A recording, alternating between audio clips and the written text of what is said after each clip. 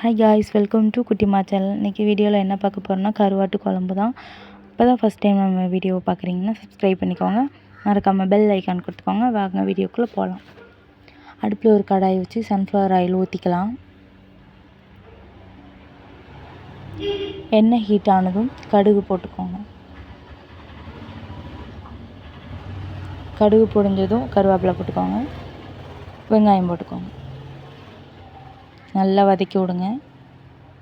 அப்புறம் தக்காளி ஒன்று கிண்டி விட்டுட்டு, தக்காளி வந்ததும் முருங்கைக்காய், கத்திரிக்காய், உருளைக்கிழங்கு 3 போட்டு மிக்ஸ் பண்ணி இந்த மாதிரி எண்ணெய் பிரிஞ்சு வந்ததும்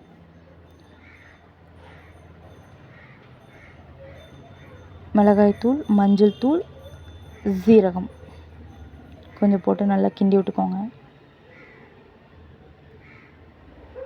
அப்புறம் புளி கரைசல் ஊற்றிக்கோங்க.